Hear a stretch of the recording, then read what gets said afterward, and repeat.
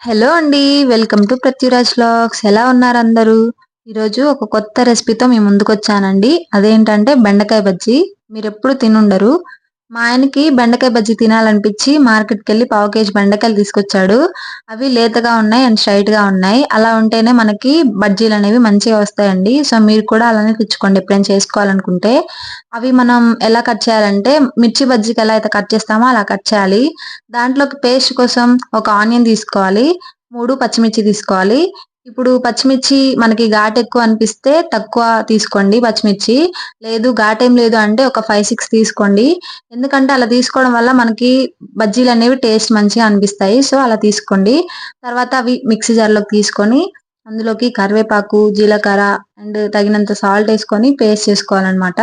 Paste చేసుకొని అందులో పెట్టుకుంటే మనకి బజ్జీలనేవి చాలా టేస్టీ అనిపిస్తాయండి.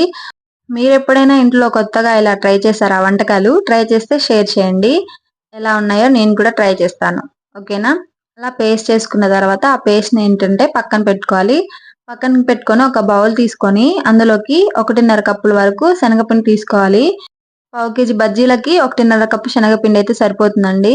శనగపిండి తీసుకొని అందులోకి కొద్దిగా సాల్ట్ వేసుకొని కలుపుకోవాలి. మీకు టేస్ట్‌కి సరిపడా తీసుకొని కలుపుకోండి. తర్వాత ఒక స్పూన్ కారం వేసుకొని కలుపుకోండి. కారం ఎక్కువ తింటే 2 స్పూన్స్ అలా వేసుకొని కలుపుకోండి. తర్వాత కొద్దిగా వాటర్ పోస్తూ కలుపుకోవాలి. మనకి శనగపిండి ఇదనేది జోరు జోరుగా అయితే మనకి బజ్జీలనేవి సరిగా రావు. కొంచెం గట్టిగా ఉండేటట్టు చూసుకోండి పిండి. ఇందాక చేసుకున్న పేస్ట్ ఉంది కదండీ! అది బెండకాయలలోకి ఇలా పెట్టుకుంటే మనకి టేస్ట్ అనేది బజ్జీల టేస్ట్ సూపర్‌గా ఉంటుంది. అన్నిటికి ఇలా పేస్ట్ అప్లై చేసి పక్కన పెట్టుకొని, స్టవ్ మీద ఒక పాన్ పెట్టుకొని, అందులోకి ఆయిల్ పోసుకొని, మనం హై ఫ్లేమ్‌లో, మీడియం ఫ్లేమ్‌లో కాకుండా లో ఫ్లేమ్‌లో పెట్టుకొని ఆయిల్ అనేది హీట్ చేసుకోవాలి. ఎందుకంటే హై ఫ్లేమ్‌లో పెట్టడం వల్ల ఈ బజ్జీలు వేసేటప్పుడు మనకి లోపల బెండకాయ అనేది సరిగా వేగదు. అండ్ బయటున్న పిండి కూడా మాడిపోతుంది. సో, లో ఫ్లేమ్‌లో పెట్టుకుంటే మనకి ఎలాంటి ఇష్యూస్ ఉండవు.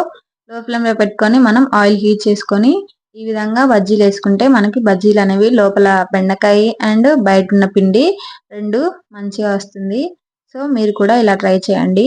బజ్జీలు మాత్రం చాలా టేస్టీగా ఉన్నాయి. మీరు కూడా ఒకసారి ట్రై చేస్తారని నేను అనుకుంటున్నా. బజ్జీలు ఎలా ఉన్నాయో కామెంట్ చేయండి. లైక్ చేయండి, షేర్ చేయండి, ఫాలో చేయండి. Thank you. Bye bye.